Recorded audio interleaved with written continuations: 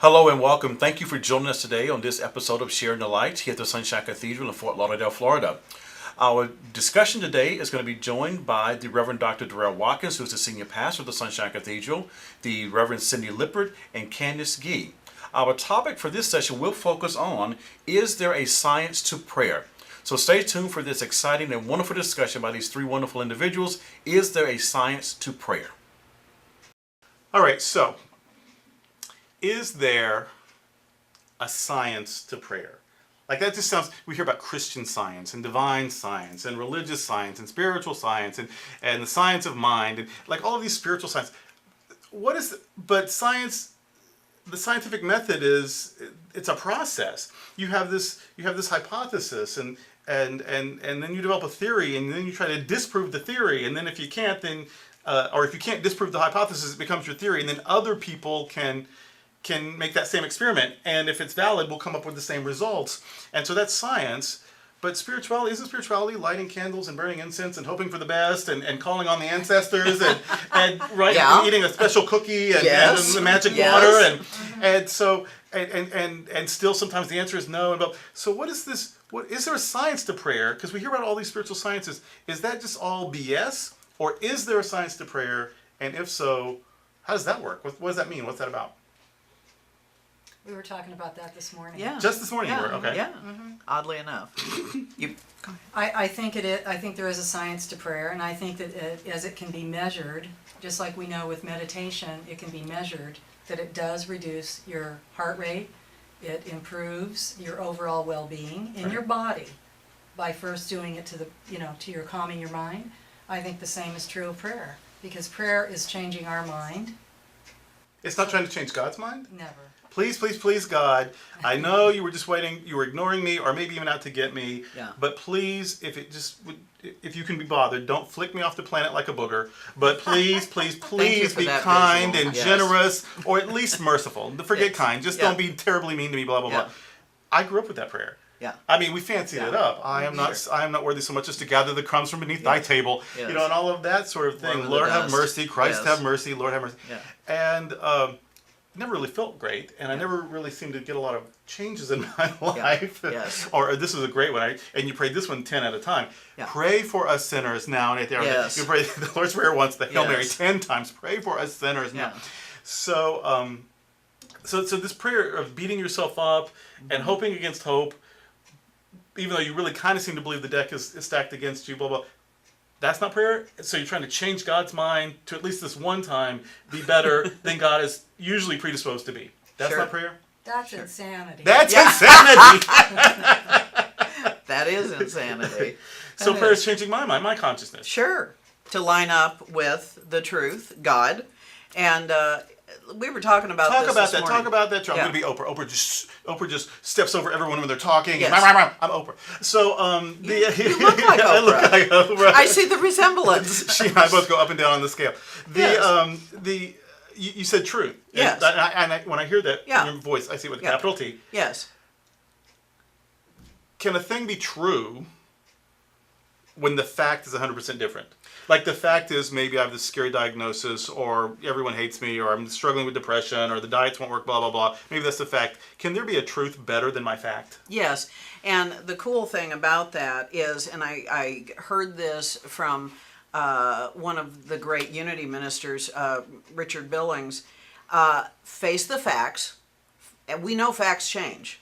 Look at headlines. Look at headlines. They change all the time. Facts change, but know the truth. What is the truth? The truth with a capital T, as you mentioned, and New Thoughters always love to capitalize letters, meaning that's spirit, that's immutable, that does not change. The truth of God does not change. Always was, always will be, always is, forever after. So, when we tap into that idea, we know that we have to face the facts. The facts are, I don't have enough money in the bank to cover my rent. That's a fact. Whoops. It's woo-woo or metaphysical thinking, in my humble opinion. I love that. for us to say, oh, God will take care of me if I just write the check. Well, no, that's not wisdom. Faith checks bounce all the They time. bounce Faith all the checks time. bounce just like any other check. Absolutely. That doesn't have money in the bank. Right. We are to use wisdom. That's where the head and the heart come together. We are led with divine ideas to find ways that we can earn the money to pay for the rent. We were talking about that the other day on the phone, where I said that that sort of an allegorical or metaphysical or symbolic way of understanding blessing yourself, crossing yourself, like some certain traditions do, is that this is a reminder that it takes thinking and feeling to Yes. achieve balance. I love that. Yes. I love that. That puts crossing Yes. in such a positive light. We can take these traditions that are so heartfelt and give them positive meanings in our lives, so we can bring the two together. But that's how I see facing facts. So facts are what they are. It can be information. That information can change. I had a cancer diagnosis years ago, and the surgeon held up a picture and said, "You see that? There's cancer in that." And I heard, "There's cancer in that, not in me. Let's remove that." Mm-hmm. And we did. That was the end of the cancer. That went. That was a fact. Facts change. So when you said, when you told yourself, that's there. Right. It's not part of me. It's not my truth. Right. It is a fact about my colon or wherever it was. Right. But it's not the truth of me. That was scientific prayer. Correct. That was you aligning your consciousness with truth instead of being overwhelmed by the facts. Right. That was you aligning your consciousness with what you truly believe to be the truth. Capital T, God's truth, life's truth. Absolutely. Very simply, God is, therefore I am. I am that. I am all that God is. There is nothing counter to God. That's a denial. And then affirmation is, because of that, therefore then, I am whole and complete. And my body is always programmed for wholeness, not for dis-ease and discomfort. I love that. I am that. I am that. That's what we God see in is, Exodus. I am that. Exodus chapter 3. Who shall I say sent me? I am that I am. Yeah. If God is I am that I am. Yeah. I am that I am. That I am over there. That I am, that's me. That perfect wholeness, that not a spot where God is not. That I am, that is everywhere, that is the ground of all being, that is perfect substance, that is perfect wholeness. I am that. Yeah. I am that I am. It's just right in there. Yeah. And, I get to count. And we've missed it so many times. Yeah. Well, But I am. Yeah. That I am. Well, we're invited to the party just because we are. Right. And I also think I think of it this way, that I think the love that we give and receive and share is, in our humanity, is the living prayer that we live. Oh, I love That is that. a living prayer. I love that. we live. And I think that's the Jesus way. I think that's the Jesus model. To become so fully human that you express divinity. That's the divine human, not dichotomy, but unity. Is that when I am fully what I'm meant to be, an expression of God, that's when I'm fully human, I'm expressing divinity. And there are way showers that show us how to do that. And in the Christian tradition, Jesus is that person for us. Other religions have other models or whatever, but in the Christian tradition, we have this Jesus, and it doesn't matter if 90% of what we think we know about him is fictional. Even the stories we have show this person owning what he is and living it out, and that you can't. And that is to me the other spiritual meaning of the cross, is that cancer doesn't have the last word. Yeah.